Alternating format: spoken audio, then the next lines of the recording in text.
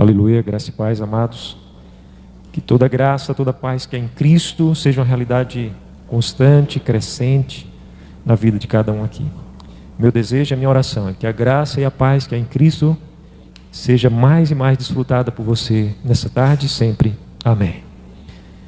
Gente amada, gente do céu, família do reino, vamos abrir nossas Bíblias lá no livro de Atos, Atos capítulo 3, versículo de número 6.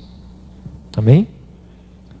Pedro, porém, lhe disse: não possuo nem prata nem ouro, mas o que tenho, isso eu te dou. Em o nome de Yahshua, o Machia, de Nazaré, levanta-te e anda. Aleluia. Amém? Em o nome de Yahshua, o Machia, de Nazaré, levanta-te e anda. Aleluia. Pai, nós cremos que a tua palavra é bendita eternamente, e assim como está escrito, ela merece, ela é digna da nossa inteira aceitação. Quantas vezes, Pai, nós aceitamos conselhos incrédulos, conselho dos ímpios, conselhos que são incompatíveis com a tua palavra. Quantas vezes, ó Pai, nós depositamos a fé em crendices, em superstições, em mitos, em orientações vãs que há nesse século, e também quantas vezes não temos dado a primazia, não temos escancarado o nosso coração para receber a tua palavra com inteireza, porque ela sim, tão somente a tua palavra, a verdade, é digna, merece a nossa inteira aceitação. Então que cada um aqui, ó Pai, esteja inclinado, esteja disposto, esteja sensível, esteja desejando, anelando ouvir a tua voz. Quem ouve a verdade, ouve a tua voz. Cada um de uma forma responsável. Não de uma forma irresponsável, porque também tantas vezes, Pai, nós nos reunimos como teus filhos em igreja tua, para prestar um culto a ti, e somos inconsequentes. Nos reunimos de uma forma irresponsável, esperando que algo exterior nos aconteça, que de repente um pregador diferente, uma mensagem diferente, uma unção diferente venha nos envolver e nós sejamos tocados e saiamos maravilhados, envolvidos, emocionados, desejando a mudança. Mas, ó Pai, tu mesmo disseste que a responsabilidade não está em ti nesse momento. Tu já consumaste a obra na cruz do Calvário, toda sorte de bênçãos já estão disponíveis em teu Filho, toda a graça, todo o favor está à mercê da tua igreja, lançar a mão como bons dispenseiros e utilizar-se daquilo que Cristo conquistou por alto preço para nós. Mas, ó Pai, de uma forma irresponsável ficamos esperando algo. Tu já disseste que tu é quem estás esperando e buscando sobre a face da terra adoradores.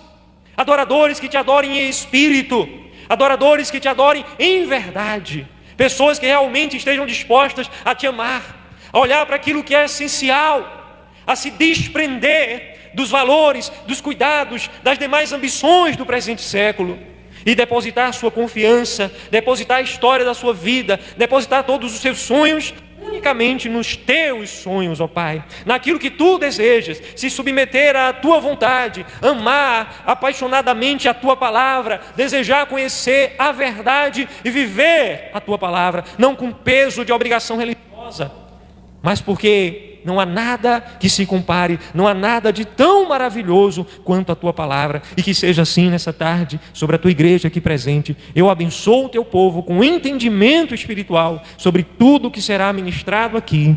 Aleluia, assim é. Eu te dou graças. Amém. Devo sentar, amados. Bem, nós iremos tratar um tema geral, que é mudaram o nome eterno e santo do Pai e do seu Filho. Então esse é o tema geral, mudaram. Mas a gente vai ver se foi verdade isso. Até porque disseram assim, agora Marcos Cefas está mudando o nome de Deus. Faz acho que uns 3 ou 4 anos atrás, alguém disse assim, agora só faltava essa, Marcos Cefas está mudando também o nome de Deus. Então, desde pequenininho que eu desejava conhecer a pronúncia verdadeira. E o meu questionamento durante muitos anos foi, será que é possível se conhecer? Por que não? De fato, a gente não tinha convicção desse nome. Durante muito tempo era, de fato, impossível quase você ter essa convicção. Eu mencionei aqui, domingo passado, que o meu professor, ele fala fluentemente, é um homem muito erudito, meu professor de hebraico, no seminário que eu fiz, Seminário Presbiteriano do Norte, pastor Humberto Freitas, e ele dizia que a pronúncia verdadeira era conhecida. Também, mais conhecido do que ele, o Dr. Russell Shedd, que também eu tive a oportunidade de estudar com ele, hoje está na glória, Russell Shedd, ele também afirmava que a pronúncia era conhecida. Então, durante muito tempo eu fiquei no vácuo, na expectativa, orando, desejando. Eu lembro desde a infância isso. Agora, eu queria fazer algumas perguntas de novo, principalmente a quem não estava aqui domingo passado. Você já estudou de verdade as Escrituras Sagradas, buscando a iluminação do Espírito e os recursos que Ele mesmo tem dado à sua igreja? Você tem feito isso? Não precisa responder essa pergunta, você responde intimamente para você. Nós cremos que a Escritura ela é revelada, não é? Quem mais citou a Escritura? Nosso Salvador. Foi o que ele disse: examinai as Escrituras, porque julgaste nelas a vida eterna, e elas dão testemunho ao meu respeito. Também ele disse em outro momento: errais não conhecendo as Escrituras, nem o poder de Ial, do Altíssimo. E em outro momento ainda ele disse: as Escrituras não podem falhar. Então, quando eu era pequenininho, lá na minha terra natal, na escola bíblica, eu lembro, estudando a confissão de fé e o catecismo da igreja, a igreja evangélica, a igreja da palavra, a gente aprendeu lá que as Escrituras são inerrantes nos seus originais. E nós aprendemos também que devemos ensinar nossos filhos a ler, a estudar, para que eles por si mesmos estudem a Escritura. E hoje eu tenho chamado a igreja a um desafio maior, a estudar comigo o hebraico, para que você possa ler por si mesmos os originais. Mas também eu não quero trazer aqui, gente, uma tonelada de provas ou evidências e despejar na mente de vocês e dizer assim: está aqui, a pronúncia é essa. Não. Eu quero trazer para vocês o que a Escritura fala, como é importante nós conhecermos a verdade, como é importante, uma vez conhecendo a verdade, desfrutarmos do poder que essa verdade faz de diferença na nossa vida. Amém? Onde é que a mentira vale mais do que a verdade? Onde é que a mentira pode ser um fundamento melhor, mais valioso do que a verdade? Então eu quero dizer a você, não se escandalize. A gente culturalmente a gente aprende, Jesus, Yeshua, qual a pronúncia certa?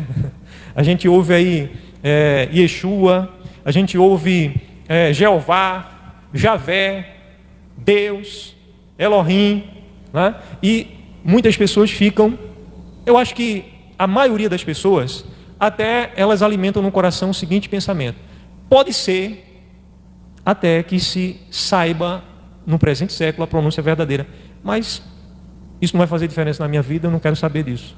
Eu acho que a igreja não deveria nem estudar sobre isso. A igreja não deveria nem pronunciar sobre isso, porque é uma barreira, principalmente para os incrédulos. Você vai chegar para ele e dizer que o nome não é Jesus, isso aí vai ser um problema. Então, amados, o problema está posto. Nós estamos aqui com uma igreja que ama a verdade, não para criar problemas, mas para entender a preciosidade que é conhecer a verdade, que está acessível hoje, como vocês vão me acompanhar e vão ver que hoje, no ano 2022, hoje sim, nós temos acesso a coisas que estavam ocultas. E a gente vai ver em outras oportunidades também, porque é uma série de mensagens, que a Escritura mesmo, ela profetizou que esse nome ia ser ocultado, que os homens iam tentar de todas as formas apagar o nome. Então, por aí, se você estiver pensando um pouquinho, você vai dizer assim: então é porque esse nome tem algum valor. Se o diabo, ele usou tantas pessoas na ignorância, se ele fez tanto para que esse nome fosse ocultado, é porque deve ter algum valor esse nome. E agora eu vou fazer uma outra pergunta a você. Você acha que o teu pai deseja que você conheça o nome dele? Se você olhar para as Escrituras, se você olhar as Escrituras, você vai ver a quantidade quase que incontável de vezes que aparece o nome próprio, que passou a ser chamado de tetragrama ou tetragramaton, e são as 4 letras do hebraico que trazem em si a pronúncia do nome do nosso Pai. Então, você já tem estudado a Escritura? Será mesmo uma pronúncia algo real, genuíno, eterno, revelado pelo nosso Pai, possível de acesso hoje? Será mesmo que essa pronúncia está acessível hoje? Se é possível estar acessível a pronúncia verdadeira, quais seriam as implicações, quais seriam os valores desse conhecimento e da utilização dessa pronúncia verdadeira? Então a própria Escritura, ela vai mostrar para você que, veja gente, há uma tríade da nossa vida espiritual. 3 coisas: a verdade, a fé e as emoções. As pessoas têm invertido. As denominações lá fora têm invertido. Elas colocam em primeiro lugar as emoções. Se eu estiver sentindo, fui para o culto hoje, rapaz, foi só arrepios. Começou gente lá a falar em outras línguas, apareceu cessa, passou gente voando. O pregador lá, ele não falava não, ele berrava. A parede estremecia. Oh, glória! A pessoa sai. O que ela construiu? Às vezes nada em cima da verdade. Cristo coloca: conhecereis a verdade, e a verdade vos libertará. A igreja, ela ama a verdade. Ela conhece a verdade. Você precisa estudar mais e mais a verdade. Amém? E ele disse: eu sou a verdade. Eu sou o caminho, eu sou a verdade. Ele não disse mais um. A palavra não é algo relativo. Isso é a verdade da religião dos seguidores de Cristo. Mas para os seguidores de Buda já existe outra verdade. Ele não apresentou uma parte da verdade. Ele disse: eu sou a verdade. Ele se apresentou de forma absoluta, não de forma relativa. Eu sou o caminho. Ele não disse um caminho. Ele não disse todo caminho dá na venda, qualquer religião, siga aí. Ele disse: eu sou o caminho e eu sou a vida. E ninguém vem ao Pai se não for por mim. Amém? Aleluia?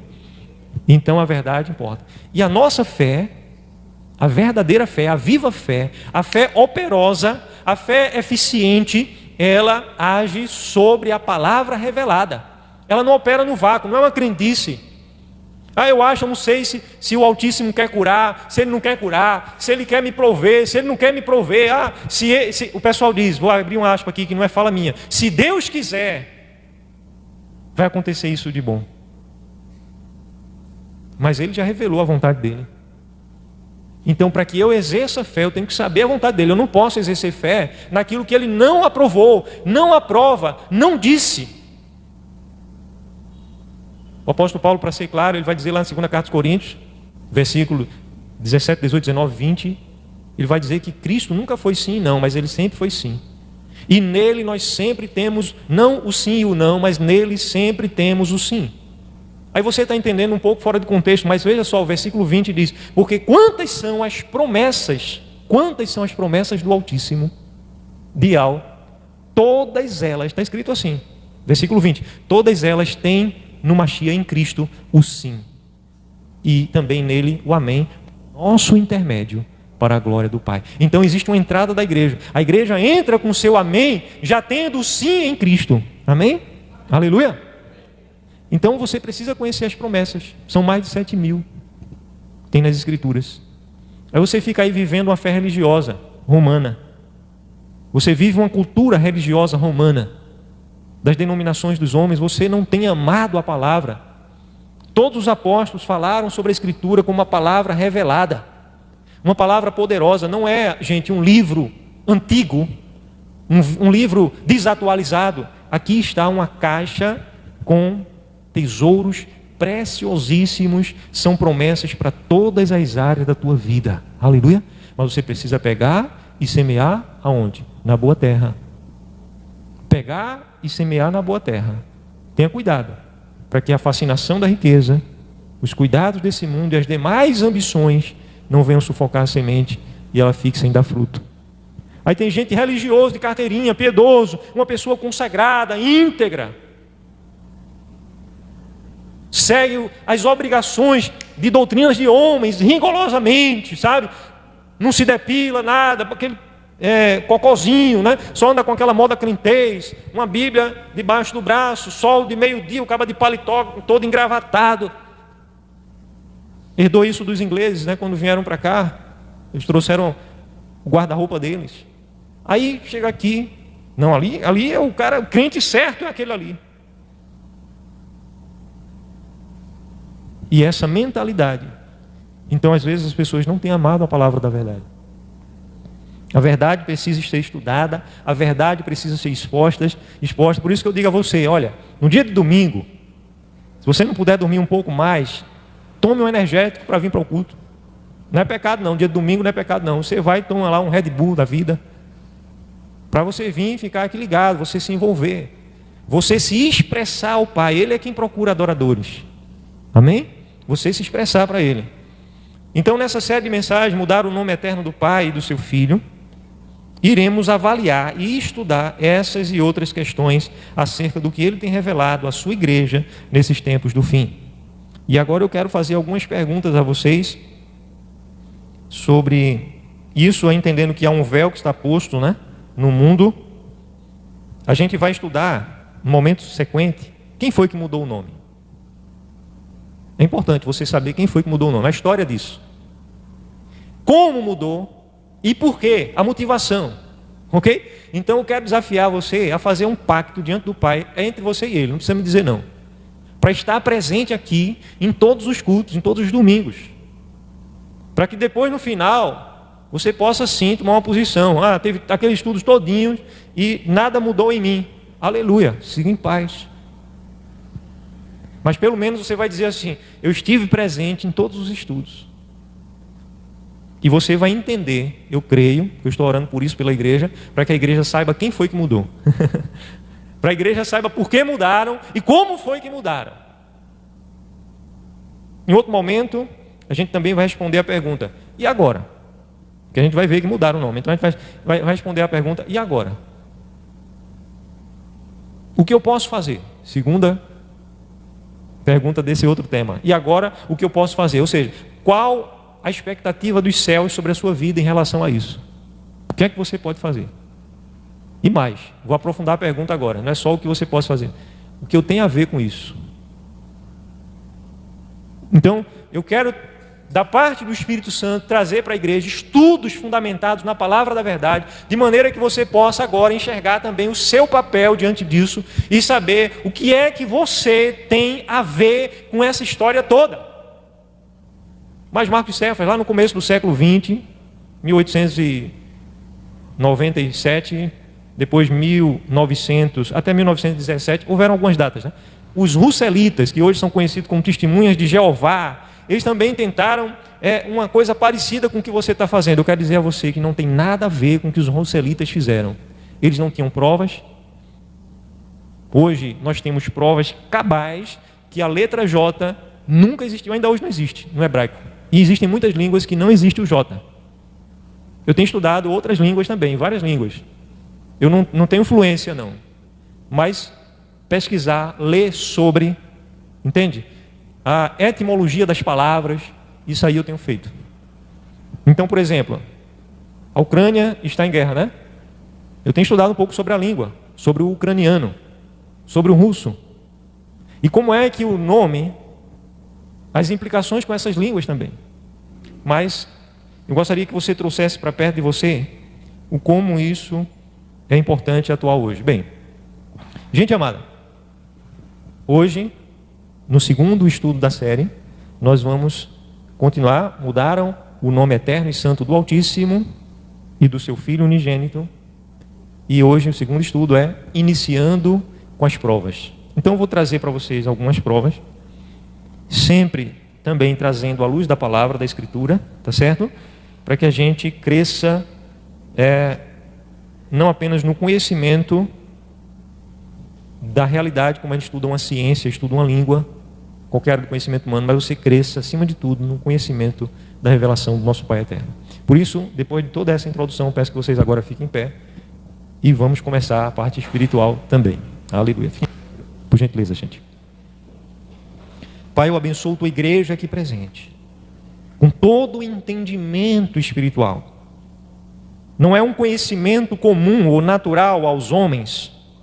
Nós entendemos, ó Pai, que o espírito desse século cegou o entendimento dos homens, para que vendo não vejam, ouvindo não ouçam, entendendo não percebam. E as coisas espirituais, como está escrito, se discernem espiritualmente. Então vem agora, Espírito Santo, nós nos prostramos diante de Ti para dizer que dependemos da Tua iluminação, da Tua intervenção, do Teu poder sobrenatural tocando nossa mente, tocando nosso coração, para mais, muito mais do que um mero conhecimento, nós tenhamos agora revelação. Nós sejamos moldados, transformados pela Tua palavra, saiamos daqui firmados e aquecidos pelo Teu Espírito, não por força nem poder, mas pelo Teu Espírito, não baseados em linguagem de persuasão e persuasiva humana, de sabedoria humana, mas fundamentados na Tua palavra e no poder do Teu Espírito. Assim é sobre a Tua igreja. Aleluia. Amém. Amém. Pega aí sua Bíblia por um instante, com a sua mão direita, e vamos declarar. Vamos declarar: esta é a minha Bíblia. Amém? Diga: essa é a minha Bíblia. Ela é a palavra do meu Pai. Bata assim no coração. Ela é a palavra do meu Pai. Aleluia. Quero ouvir a voz de vocês. Diga mesmo. Solte a voz. O Brasil faz gol na Copa, você fala mais alto. Ela é a palavra do meu Pai. Diga: eu declaro e ousadamente confesso que a minha mente está alerta, o meu coração está aberto, todo o meu ser está receptivo para receber a palavra do meu Pai. Eu serei por ela tocado nessa tarde, eu serei por ela transformado nessa tarde, e nunca mais eu serei o mesmo. Nunca, nunca, nunca. Aleluia. Se você crê, diga amém e dê uma calorosa salva de palmas para Ele.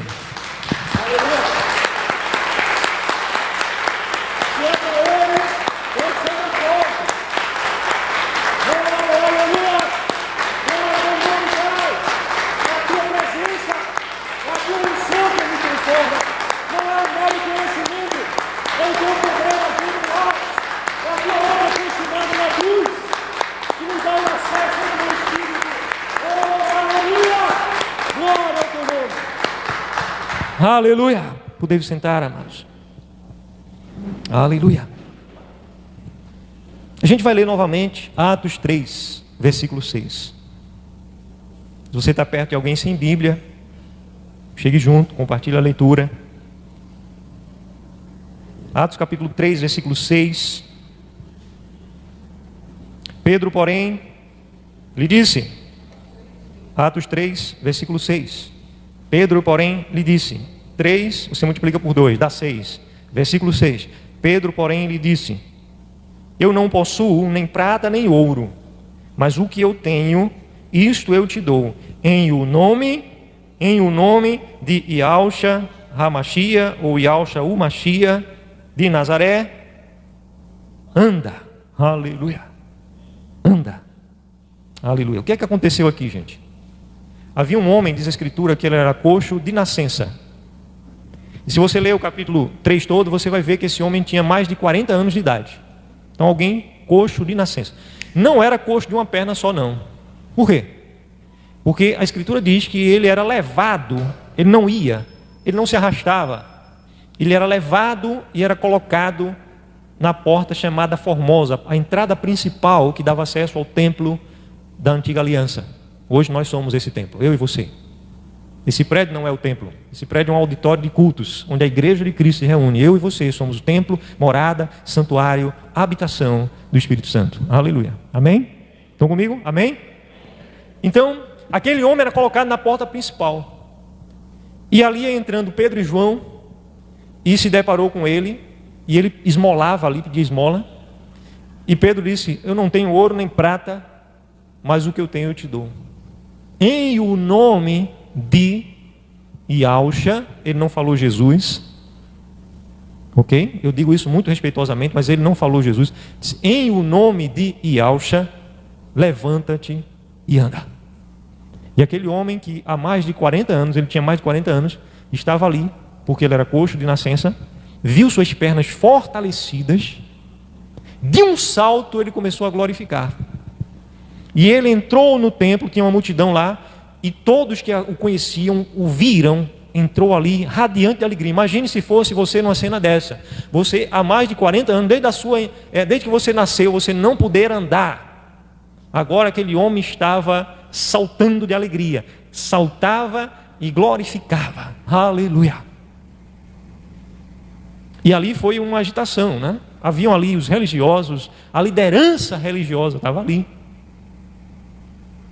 E eu gostaria então de dar uma pausa aqui, antes da gente mergulhar nesse estudo, porque a gente vai construir aqui algumas evidências, tá certo? Porque foi que eu coloquei para posteriormente a gente tratar quem foi que mudou o nome, como foi que mudaram o nome e por que mudaram. Por que é que eu deixei para um estudo depois, a gente tratar aqui o que é que eu tenho a ver com isso, quais são as implicações na minha vida? Porque primeiro você tem que conhecer a verdade. Quando você estiver fundamentado na verdade, realmente é verdade isso. Aí você vai estar pronto agora para entender o valor, as implicações dessa verdade para a tua vida. E você não pode permanecer, depois que você conhece a verdade, da mesma maneira. Existe um antes e um depois de conhecermos a verdade. Ok? Então, a gente vai abrir uma pequena pausa nessa ministração dessa palavra. Não feche sua Bíblia, nós vamos voltar para ela. E nós vamos ver um vídeo aqui que trazem documentos. Olha, gente, deixa eu dizer uma coisa para vocês. Uma nação passou mais de 2.000 anos, quase 2.000 anos. Não foi mais não, perdão, foi um pouco menos. Quase 2.000 anos sem pátria. A única história, a única nação disso, a nação de Israel. E eles moraram espalhados pelo mundo. Aqui no Brasil tem muitos descendentes de Abraão, segundo o sangue. Muitos. A maioria nem sabe o que é. Eles são tão inteligentes que eles criaram um genético. Existe um exame genético. Por exemplo, eu conheço um homem que ele fez esse exame de genética, né, de DNA, e foi comprovado 99,9 e um quebradinho % que ele é descendente da tribo de Levi. Ele é um levita. E inclusive o levita não paga nem imposto. Então ele se mudou, foi morar lá, em Jerusalém. Está morando lá com a família. E então eles têm esse cuidado. Talvez existam aqui israelitas de sangue também. Não importa. Os verdadeiros israelitas de Escritura, filhos de Abraão, não são segundo a carne. Os verdadeiros são segundo o Espírito, segundo a fé. A fé. Se você tem a mesma fé de Abraão, você tem mais do que uma identidade de DNA. Você tem uma identidade espiritual. Aleluia. Para viver coisas sobrenaturais como Abraão viveu. Mas, então existem essas provas. E em 1947, quando o movimento de retornar para a terra, eles tinham adquirido força militar no mundo inteiro, política, nas nações, inclusive o Brasil foi influente lá na ONU na época, para que, aprovando que de fato a nação dos hebreus tivesse a pátria de volta. Então eles voltaram para lá. Agora imagine, quase 2.000 anos de história destruída. Jerusalém foi destruída várias vezes, destruída e reconstruída, destruída e reconstruída. E os homens queriam apagar a história dos hebreus ali. Inclusive foi uma briga na ONU também para dizer que não tinha prova nenhuma que os hebreus, eles tinham um vínculo com aquela terra. E a Escritura diz que da terra brotariam as provas. Há um versículo bíblico que a gente vai ver aqui, que nos fala sobre isso, que da terra as provas brotariam. Tá certo? Então eu quero passar para vocês um primeiro vídeo aqui, que é justamente de um palestrante que estava representando a nação de Israel lá na ONU, e ele mostra provas e alguns achados arqueológicos, muitos dos quais descobertos ainda nessa última década. Por quê? Para vocês terem uma ideia, existe hoje lá, onde era o templo que Davi construiu, uma mesquita muçulmana, árabe muçulmana, que é chamada Mesquita Domo da Rocha.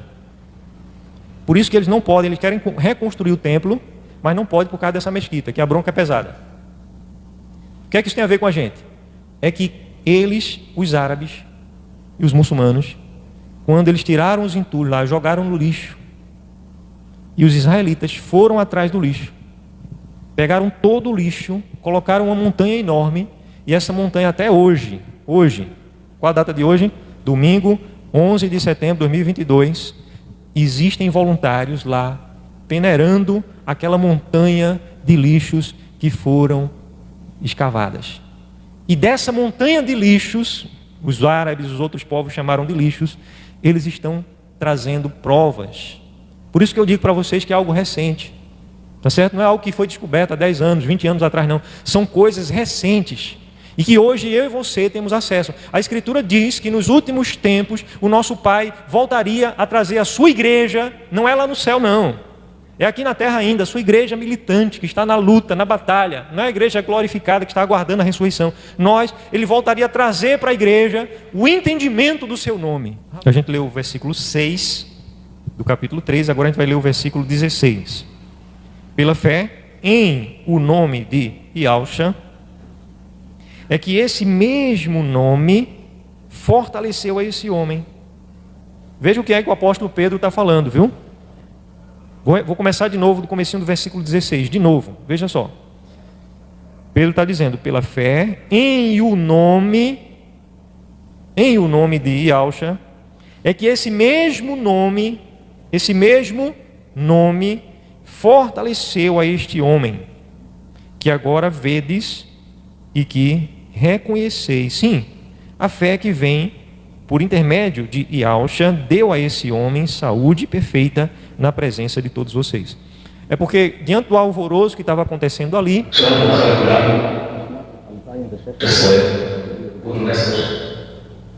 foi bom, porque eu falo devagarzinho e mansinho, né? Aí deu para todo mundo se acordar. Então foi pela fé, voltou o áudio, aleluia. Foi pela fé em o nome. E a fé em o nome fortaleceu esse homem. A fé foi pela fé em o nome, e depois no mesmo versículo 16. E a fé em o nome. Agora vá para o versículo do capítulo 4, versículo 10. O que acontece? Arrastam Pedro para cá, Pedro para lá, e levaram Pedro para o Sinédrio. Porque esse homem foi curado. Arrastaram Pedro e João agora. Não pode não, está curando não, peraí. Tem que passar pela aprovação dos donos da verdade, dos religiosos, os poderosos que mandam qual é a verdade. Então vá para o capítulo 4, aí Pedro e João são presos. A gente não vai ler. Quando chegar em casa você lê na íntegra, leia na íntegra com bem calma, capítulo 3 e capítulo 4, tarefa para casa, ok? Capítulo 4, versículo 10, o que é que diz aí o versículo 10? Tomai conhecimento, vós todos e todo o povo de Israel, de quê? Em o nome de Yahushua Hamashia de Nazaré, a quem vocês crucificaram e a quem o Altíssimo ressuscitou dentre os mortos, sim, em seu nome, versículo 10, não é isso? Em seu nome é que este homem foi curado e está perante vocês. Aleluia. Ele foi curado em o nome, e foi em o seu nome, em nome de Yahushua, que esse homem foi curado. Vamos assistir agora, amém? Que dê tudo certo.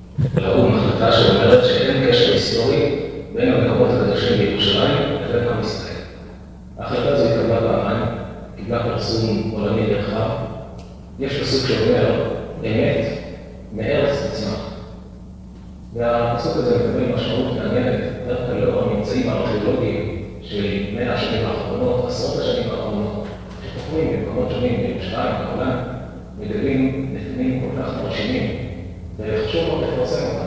נראה כמה דוגמאות פשוטות שנמצאו בעשרות השנים האחרונות בירושלים, חותמות של אישים עם שמות לפעמים קצת מוזרים, בזמננו חושבים שמות מוזרים, אבל אתה פותח את התנ"ך. תנ"ך. שהחותמות האלה הם שמותיהם של שרים מאותה תקופה. לא של שרים. באזור החפירות שם נמצאה חותמת של חזקיהו המלך, חזקיהו מלך יהודה. חזקיהו. רואה את החותם שלו, עם הפענוח הברור של שמו של המלך חזקיהו. כך גם גמריהו בן שפן. יאו. אז היה אחד השרים בשם גמריהו בן שפן. גמריהו. מהחותמות שנמצאו שם. ברכיהו בן נריהו הסופר. נריהו. זה בעצם ברוך בן נריהו. נריהו. יש הרבה שמות בתנ"ך, שפעמים נותנים אותם עם י' וה' בסוף, לעתים בלי. ישמעיהו שר המלך. חותמת כזו נמצאה. שלמיהו. בדניהו בן המלך. בדניהו. יאוקין. מלך יהודה. מלפני כמאה שנה החלו שם חפירות. הממצאים הארכיאולוגיים שיוצאים מבטן האדמה ומספרים את הסיפור ההיסטורי, כמה חשוב לפרסם את הדבר. עם ישראל לא צריך את הארכיאולוגיה, ידוע לנו שמשה אמת ותורתו אמת, אבל לפרסם את הדברים בכל העולם כדי שכל אדם ידע את האמת. כך גם גמריהו בן שפן, גמריהו ברכיהו בן נריהו הסופר, ברכיהו חותמת של חזקיהו המלך, של חזקיהו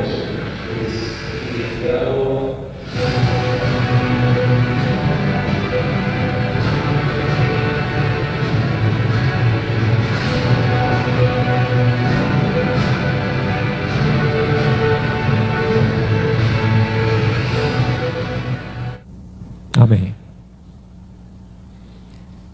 Você ouve ele, esse pronunciamento ele fez em hebraico. Você ouve ele falar o nome de vários reis de Judá. E lá no livro de Deuteronômio diz que vocês devem pôr o meu nome nos seus filhos. Então,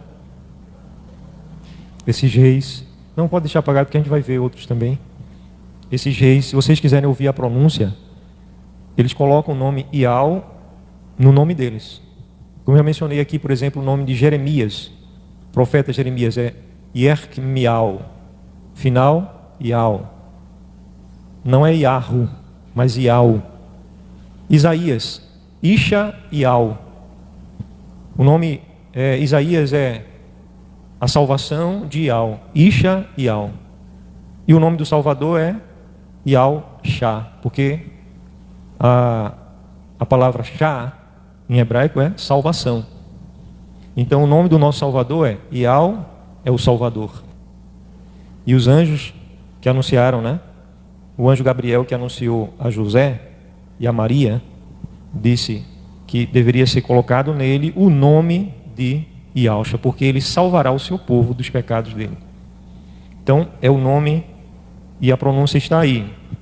A gente vai ver o próximo vídeo. Esse segundo vídeo que a gente vai ver agora é um linguista francês. Ele estuda, assim como nós estudamos, né? Ele estuda sobre o tetagrama. Esse vídeo é um vídeo bem pequenininho, mas ele está em francês, porque é a língua dele, ele fala francês. Entretanto, quando ele falar o nome próprio do nosso Pai, você vai ouvir a pronúncia certa. Ok? Quando você lê Y-A-U-H, Y-A-U-H, e você pronuncia Ial, isso não é o nome, isso é uma transliteração. Eu expliquei domingo passado o que é uma transliteração. A transliteração não é uma tradução do nome. A transliteração é você pronunciar na sua língua a mesma pronúncia original daquela língua. Então, eu fiz cópias aqui, depois se vocês quiserem eu posso mostrar a vocês, em chinês. A transliteração em chinês, com a grafia do mandarim, né? Com a grafia do mandarim, mas a pronúncia é Ial. Então, em japonês, a grafia lá do japonês, mas a pronúncia é Ial. A transliteração não é uma tradução do nome. Nome próprio não se deve traduzir. Mas o nome do nosso Salvador, não traduziram não, inventaram nomes, apelídios, né? E disseram que o nome dele era esse. Então, eu não vou pregar hoje sobre quem foi, nem porquê, nem como foi, mas só falando um pouco sobre transliteração, porque vocês estão vendo aí transliterações. Vamos para o segundo vídeo desse linguista francês. Inclusive, ele explica bem direitinho a pronúncia. Parce que c'est très grave qu'on va préciser à comment est-ce qu'il a commencé, surtout après préparer mon thèse des Écritures. c'est qu'ils n'ont pas quelqu'un d'important pour celui qui le porte. Comment vous sentiriez-vous si des personnes qui professent vous aimer de tout leur cœur ne connaissent même pas votre véritable nom? Vous vous sentirez peut-être blessé, n'est-ce pas? Les parents connaissent le nom de leurs enfants, les enfants connaissent le nom de leurs parents, un mari connaît le nom de son épouse et vice-versa. Mais malheureusement, les croyants ne connaissent pas le nom de leur sauveur. Par exemple, si je rencontre quelqu'un et que je pense que cette personne s'appelle Alex, mais qu'en réalité il s'appelle Maxime. Si au début je l'appelle Alex, en pensant que c'est son véritable nom, il me répondra par politesse et parce qu'il sait bien que je fais référence à lui, car je suis en ignorance de son véritable nom. Mais lorsqu'on apprendra à se connaître et que l'on passera du temps ensemble, il me dira, tu sais mon véritable nom, mais pas Alex, mais c'est Maxime. Je pense que vous avez compris l'exemple. Le yod et le he sont la contraction du nom du Père. Donc le nom du Père, c'est le tétragramme yod, he, vav, he. Yod, He, Vav, He. Et le yod he, c'est la contraction de son nom, les deux premières lettres. Le yod he se retrouve dans un grand nombre de noms et mots bibliques. Il est reconnu que ces deux lettres rassemblées se prononcent Ya. Ya. On retrouve également dans plusieurs noms bibliques les trois lettres suivantes. Yod, he et vav. Donc les trois Yod, He, Vav. Yod, He et Vav. les trois premières lettres du nom du Messie. Ces trois lettres ensemble se prononcent Yahweh. Ya. Le vav devient un U et se prononce donc Yahweh. Ya. On voit ici par exemple le mot Élie qui vient de l'hébreu. On voit que dans ce mot, on retrouve le yod, le he et le vav qui se prononcent Eliyahu. Ele aqui está mostrando na Bíblia Strong, comentário de Strong, Yao, Aussi dans le nom de Yao. Jérémie, E ele está dizendo que não é Yahu, mas é Yao. qui donne Yirmiyahu. Yermial. Donc, le nom de Yirmiyahu. On voit le yod, le he et le vav qui devient Yahou. On voit ici aussi dans le nom de Gédéon, le yod, he et le vav qui devient Yod, He, Vav. Donc, on retrouve ça dans plusieurs noms bibliques. Et lorsqu'on contracte, on obtient Yod et He qui donne Ya. Ya. He Aleluia. Aleluia. prononce Yahweh. Voici le nom du Père.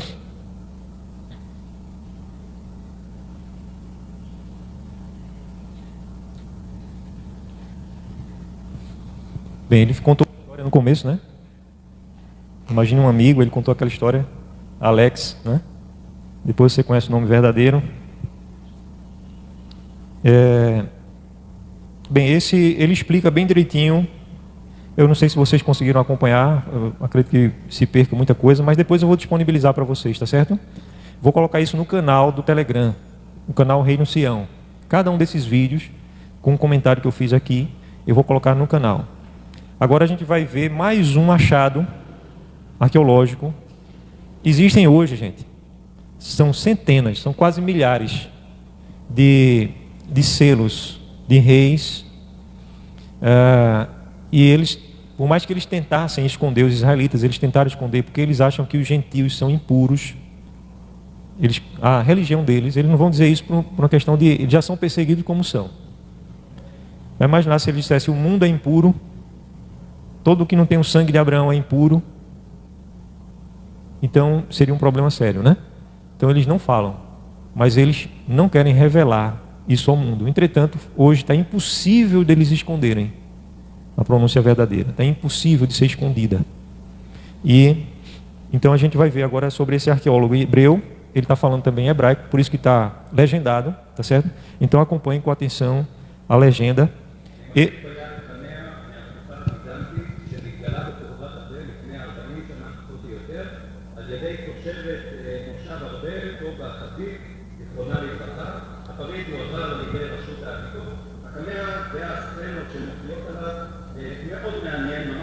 Isso aqui é um tesouro, viu, gente?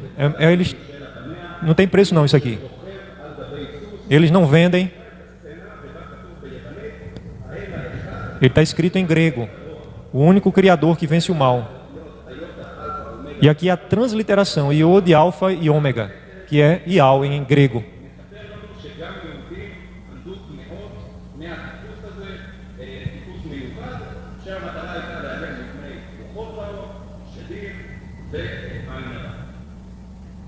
amuleto foi provavelmente produzido na região para proteger contra demônios e a maldição mágica conhecida como mal-olhado, uma velha crença mantida em todo o mundo antigo pelo menos desde o século VI a.C., de acordo com esta crença.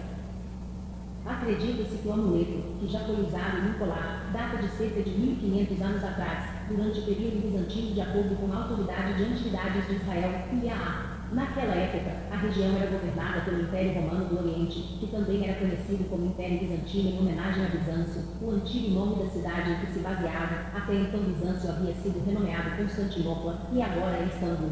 Embora o amuleto esteja escrito com letras gregas, elas formam o nome judaico de Deus. Os arqueólogos encontraram um amuleto de bronze, que tem cerca de 8 centímetros de comprimento e 4 centímetros de largura, perto do local de uma antiga sinagoga judaica em Arbel, a oeste do Mar da Galileia. A localização e as inscrições sugerem que o amuleto pode ter sido usado por alguém que era judeu, apesar de suas origens religiosas, disse Ethan Klein, arqueólogo do IAA. Embora os estudiosos geralmente identifiquem os portadores desses amuletos como cristãos, o fato de o amuleto ter sido encontrado em um assentamento judaico contendo uma sinagoga no século V e vir depois de Cristo, pode indicar que mesmo os judeus do período usavam amuletos de este tipo de proteção contra o mal-olhado e demônios, disse Klein no comunicado. Esse tipo de amuleto era relativamente comum na época na região da Galileia, e no que hoje é o Líbano. Às vezes, são conhecidos como uma forma do ser de Salomão, em homenagem ao lendário rei israelita. Uma inscrição grega gravada acima da cabeça do cavaleiro diz: o único Deus que vence o mal, e o nome de Deus em letras gregas, Ial, está escrito sobre as pernas do cavalo. E o nome de Deus em letras gregas, Ial, e o nome de Deus em letras gregas, Ial. Aqui a gente tem três línguas: hebraico, o paleo-hebraico e o grego.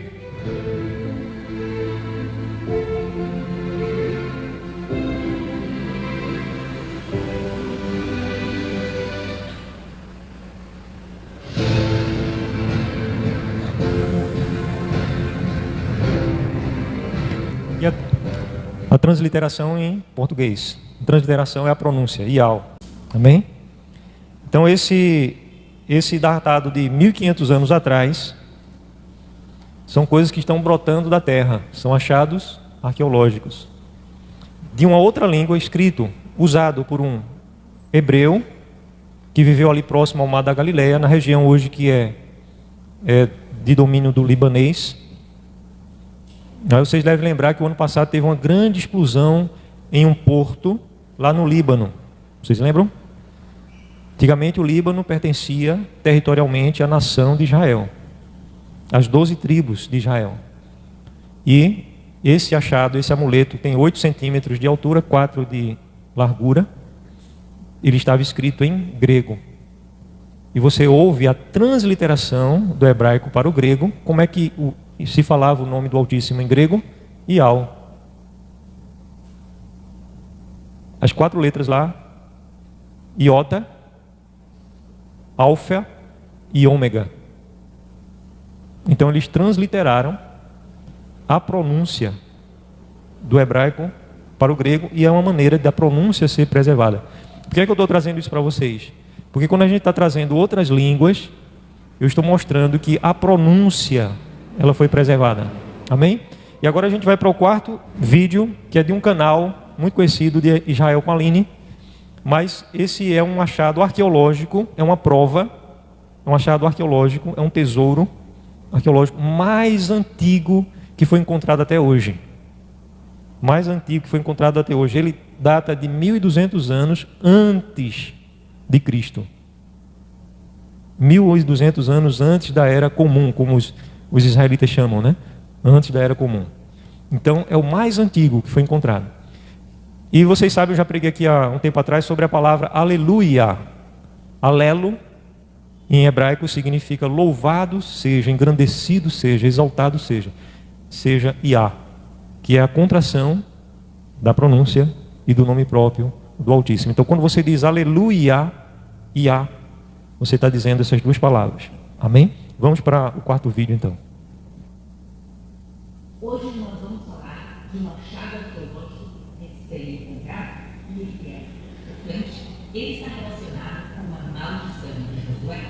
Também ele é o texto hebraico mais antigo já encontrado no mundo E ele contém também o nome de Deus. Esse é o mais recente. Sobre esse achado arqueológico que está revolucionando o estudo da arqueologia bíblica em campo de. Ele é uma pequena tábua, um pouquinho mais de 2 centímetros de tamanho. Ele é feito de chumbo e foi encontrado originalmente em dezembro de 2019. Mas por que só agora a gente está sabendo disso? Porque o chumbo ele é fotográfico. Veja como é algo recente, né? Foi achado em 2019 e só há 2, 3 meses atrás. Eles imaginaram que provavelmente dentro, se eles abrissem, teria um texto, mas já que isso é muito, muito antigo, se eles abrissem, a chance dele quebrar esse esfarelar era muito grande. Então eles pegaram esse achado e enviaram ele a Praga, a República Tcheca, onde eles usaram scanners parecidos a scanners de tomografia médica e eles conseguiram criar um modelo 3D dessa tábua sem abrir ela. E aí eles começaram a ler o texto, estava do lado de dentro e o texto. Vamos ler juntos agora o texto em hebraico e depois em português. Arur, Arur, Arur, Arur, Laer, Hashem. Aqui ela fala Shem, ela não diz Yah, mas ela diz Hashem. É Hashem. Amaldiçoado, amaldiçoado, amaldiçoado. Amaldiçoado pelo Deus e o Rei. Amaldiçoado por Yah. Você morrerá amaldiçoado. Amaldiçoado, você certamente vai morrer. Amaldiçoado por Yud Rei. Amaldiçoado, amaldiçoado, amaldiçoado. O tetragrama são 4 letras. O Yud Rei, Rei. Agora, nesse texto que a gente encontrou, que é quase 400 anos anterior à Estela de Mecha, a versão mais antiga que a gente já encontrou no nome de Deus, ele não aparece como nenhuma pessoa. Aparecem só 3 letras dele. O Yud, o Rei e o Vav. O último Rei não está escrito nessa pequena tábua, que é realmente uma das coisas que chama a atenção nesse texto. É o nome parcial de Deus. E ele aparece 2 vezes, quer dizer, não foi um erro, não foi tentador. Quem escreveu propositalmente somente as 3 letras. Mas essas 3 letras, elas sim aparecem no judaísmo e a gente sim pronuncia elas. Por exemplo, o nome Matitial. O final da palavra Matitial é exatamente as mesmas letras que aparecem nessa pequena tábua. Então, provavelmente a leitura podia ser feita dessa maneira. Aleluia.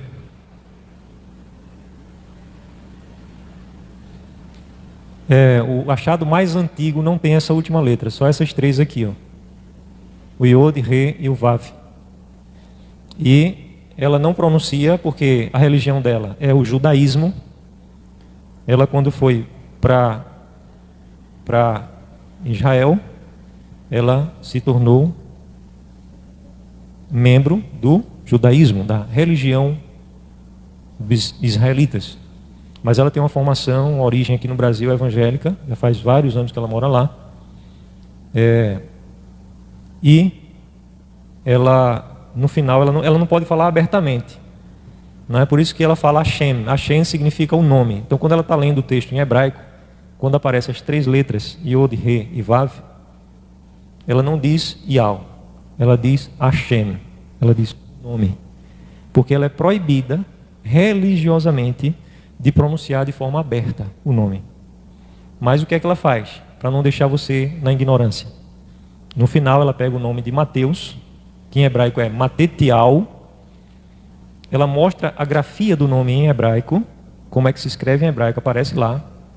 E depois ela vai e pronuncia Matetial, que é presente. O nome de Mateus significa presente de Ial. Presente de Ial, Matetial. Então, ela traz a pronúncia do nome, ok? Vamos para o próximo vídeo, que é o último que eu quis trazer nessa noite. Olha, gente, eu queria trazer, existe realmente uma tonelada de provas, né, de achados arqueológicos, estão tudo documentado, não é invenção, não é coisa de internet, né, são achados, são provas, e o tempo da gente é curto. Então, por isso eu separei somente esses 5, mas a vontade minha era trazer logo tudo que tenho para ir mostrando a vocês. Vamos lá, vamos ver esse último vídeo aí. Ele é de um americano, ele está falando inglês, mas está legendado. For today's broadcast is we're going to be talking about the Hebrew letters, how they start off in these pictographs, and they got to be different over time. I want to demonstrate to you that in the Hebrew, even as it's spoken today, Benjamin Netanyahu, okay, they say Yahoo. They don't say Benjamin Netanyahu like you see in modern. Eles não dizem. It's not Yahoo. It's not Yahoo. It's not Yahoo. It's Yahoo. I'll show you. Não é Yahushua. An Israeli news podcast. You're not going to understand what it says until you actually pronounce the name of Prime Minister. כותב נשוא אחמד לראש הממשלה נתניהו ולנשיא איראן. Vocês ouçam, viu? Com atenção. Ele está a pronúncia e alto. נתניהו, נתניהו, נתניהו, יאללה, יאללה, יאללה. Netanyahu, Yahoo. Netanyahu, Yahoo. Netanyahu, Yahoo. This is an example of how they say Yahoo at the end of names today. I believe that Yahoo should also be in the front of names today. It's the same Hebrew letters. It's the same Father in heaven. Aleluia. So it's in reference to our Father in heaven. Aleluia. I'm going to say Yahoo.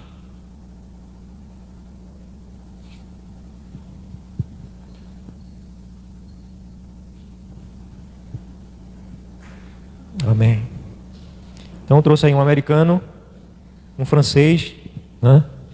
Para vocês ouvirem a questão da transliteração, para você conhecer a pronúncia.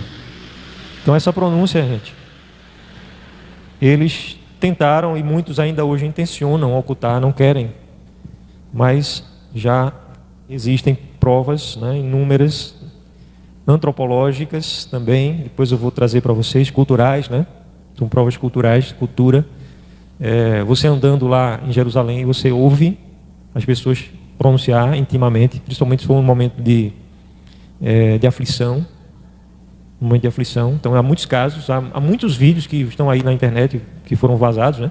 Situações de perigo que eles clamam, assim como você diz, meu Deus, ou Jesus, né? Eles falam Yahweh. Então vamos voltar agora para o estudo da palavra, para a gente concluir. Atos 2, 21, que a gente não leu propositalmente, para a gente ler agora no final. Atos 2, 21. E acontecerá que todo aquele que invocar o nome, aí na Bíblia de vocês tem do Senhor, mas é o nome do Altíssimo, o nome de Yahweh, será salvo. Isso é uma referência ao texto lá do Antigo Testamento. Abra também em Romanos capítulo 10, versículo 13. Romanos 10, versículo 13. Romanos 10, versículo 13. E todo aquele que invocar o nome, todo que invocar o nome do Altíssimo será salvo. Aleluia. Vejam, gente, ele poderia dizer assim, todo aquele que invocar o Altíssimo será salvo. A palavra poderia, todo aquele que invocar o Altíssimo, mas está dizendo invocar o nome. Isso em hebraico é ênfase. É uma maneira de dar ênfase a uma verdade. Então, alguém poderia assim, qualquer um que chamar Marcos Cefas, ele vai dar atenção. Chamar Marcos Cefas. Mas a Escritura, ela diz, não é só chamar, é chamar o nome, dando ênfase à importância do nome. A importância do nome. E é isso que está escrito em inúmeras passagens, aqui em Romanos 10, lá em Atos 2, lá no Antigo Testamento, a profecia também, né? Em Joel. E diversas profecias falam em invocar o nome do Altíssimo. Aleluia. Bem, o que é que a gente aprende aqui em Atos 3? Primeiro, o apóstolo Pedro diz que o poder que há no nome. O apóstolo Pedro falou isso. Foi através do poder que há no nome de Jesus. Está escrito assim na Bíblia, né? Da Sociedade Bíblica do Brasil. Poder que há no nome de Jesus. Mas Se você estivesse lendo nos originais que são inerrantes, nós cremos que a Escritura é inerrante nos seus originais, você estaria lendo lá o poder que há no nome de Yahushua. Foi quem curou esse homem, que agora vedes assim. É o versículo 16 do capítulo 3. E no capítulo 4, versículo 10, também, novamente Pedro, agora preso, ele diz: tomam em conhecimento todos vocês, todo o povo de Israel, que em o nome de Yahushua, Hamashia, o Machia de Nazaré, é que ele, a quem vocês crucificaram e que o Altíssimo ressuscitou, sim, em o nome dele é que esse está curado. Aleluia. Então a gente aprende que os apóstolos, eles pronunciavam o nome, eles não tratavam o nome como se fosse algo sigiloso, secreto, escondido, não, porque para que alguém não use o nome em vão, eles pronunciavam. E não só pronunciavam, o apóstolo Pedro está dizendo aqui que todo o povo e todo Israel, ele não fala todos só que a nacionalidade, todos que são israelitas, não, ele fala todo o povo, então ele está se referindo aos gentios. O apóstolo Pedro tinha a revelação que todo o povo devia saber que foi o poder que há no nome de Yahushua que curou aquele homem. Então a primeira lição que a gente aprende é que esse nome não era tratado até o tempo dos apóstolos como algo escondido, oculto. E a segunda lição é que de fato existe um relacionamento de amor dos filhos com o nome do Pai. Eu não sei se meu pai teve algum apelídio, eu não conheci. Mas mesmo que eu tivesse conhecido ele por um apelídio, para mim, o verdadeiro nome ia ter um vínculo especial de afeição. É por isso que eu tenho dito para a igreja que quem tem o Espírito Santo arde no coração o desejo de conhecer o verdadeiro nome. Você tem um vínculo, um relacionamento especial com esse nome. E você precisa, sim, amar, conhecer, vencer esses entraves emocionais, sair dessa caixa religiosa. Só porque eu aprendi, eu cresci assim, não sou obrigado a morrer assim. E eu não sou melhor do que vocês em nada, gente. Mas eu já mudei. Eu deixei de falar. Não condeno quem fale. Fique à vontade. Você não vai ser mais pecador nem menos pecador do que eu. Mas eu consegui compreender mais do valor e tem sido precioso para mim. Olha, eu quero contar para vocês um testemunho, para terminar essa ministração com esse testemunho. Você não precisa crer em testemunho, você precisa crer na palavra.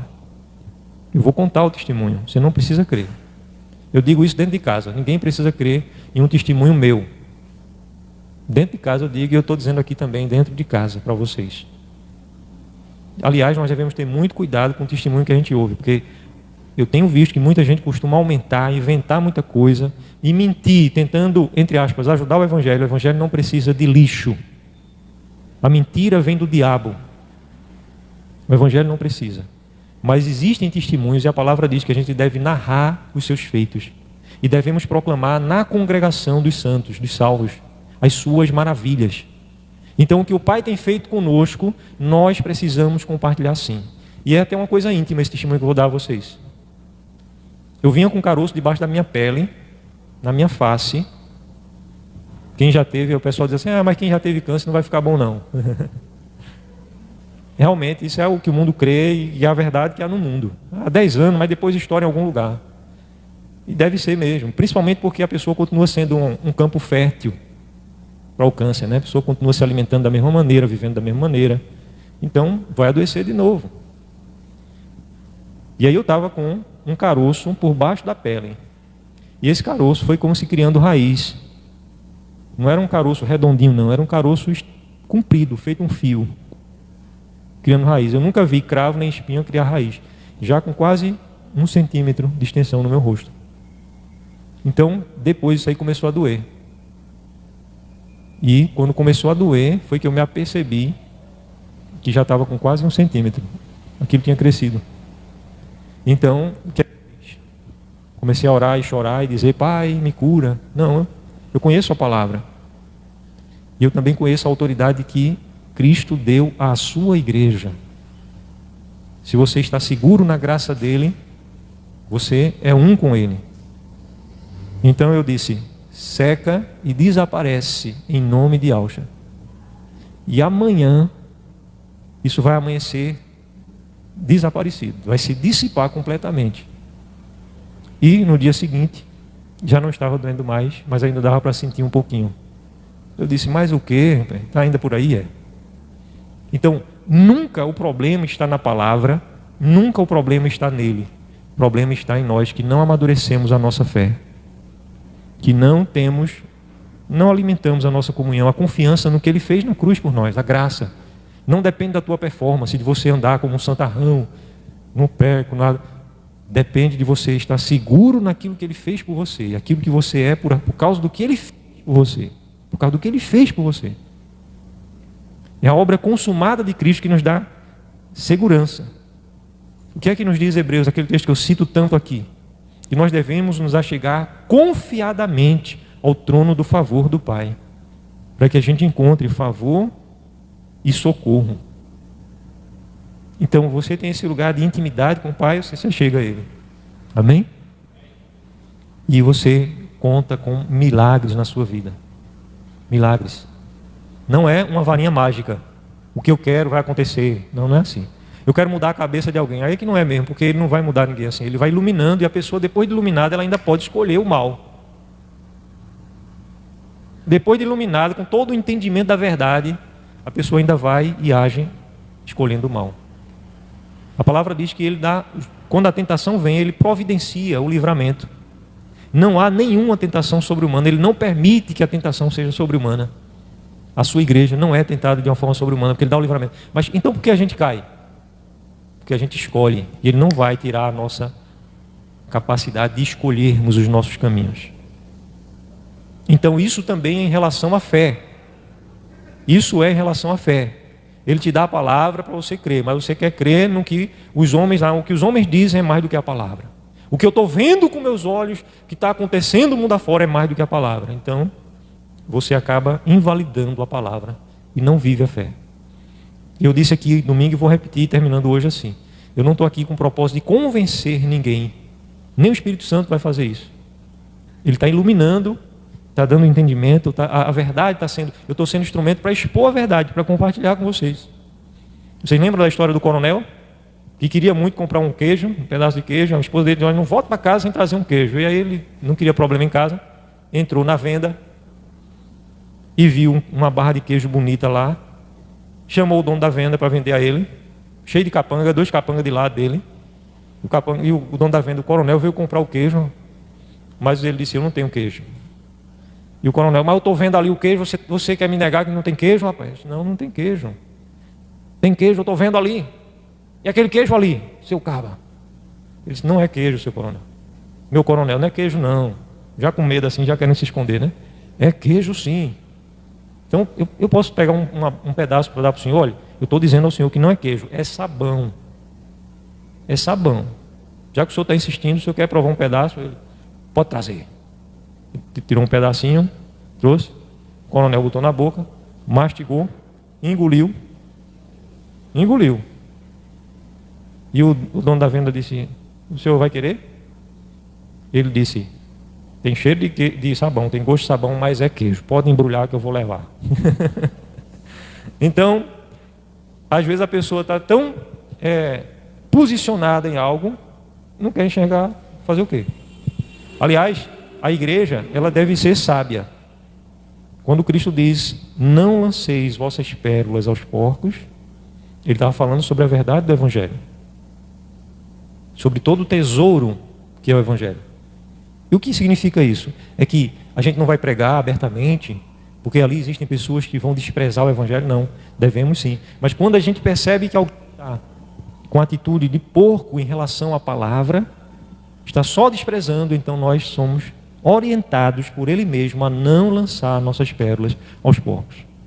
E Ele diz, e não lanceis aos porcos, nem dê aos cães, para que eles, voltando-se contra você, dilacerem. Então você vem com a verdade. Se você ficar insistindo com o porco e com o cão, que vai acontecer é que ele vai se voltar contra você para causar o dano, né? E Cristo fala ali os cães, é porque naquela época eram os cães selvagens. Eram cães selvagens. Então, imagine alguém muito rico, riquíssimo, com pérolas, entregando pérolas aos porcos e aos cães. Porcos selvagens e cães, quando visse aquilo, ia se voltar contra ele. Não ia entender jamais o valor do que estava sendo entregue. Então, amados, eu estou trazendo aqui, com todo respeito, amor e carinho a todos vocês, de forma aberta, um tesouro que vai fazer grande diferença na vida de vocês. Eu não estou trazendo algo aqui imbuído de emoções, mas estou trazendo algo firmado na palavra.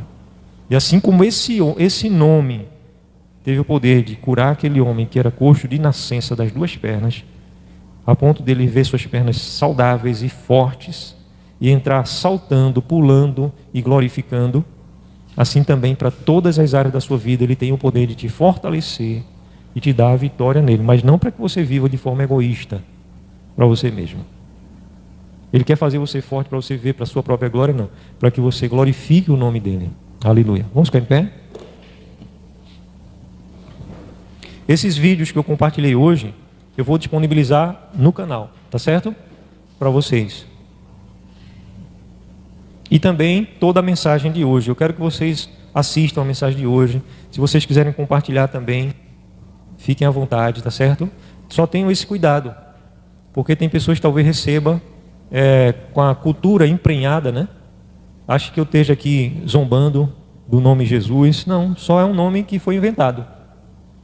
Não estou zombando. Deus não é nem nome próprio. Deus é um título de divindade que tem sua raiz na palavra grega, Zeus, que é uma entidade da mitologia grega.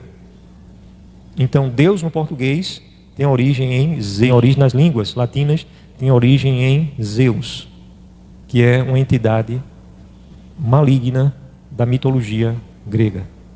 Pai, nós te agradecemos pelo teu amor para conosco, porque quando ouvimos a verdade, aquele que ouve a tua voz anda na verdade. E quando nós ouvimos a verdade, nós estamos ouvindo a tua voz. Graças te damos, ó Pai, por essa noite, pelas vitórias que vão seguir a tua igreja, por milagres, sinais e prodígios e maravilhas, porque tu és o mesmo ontem, hoje e serás para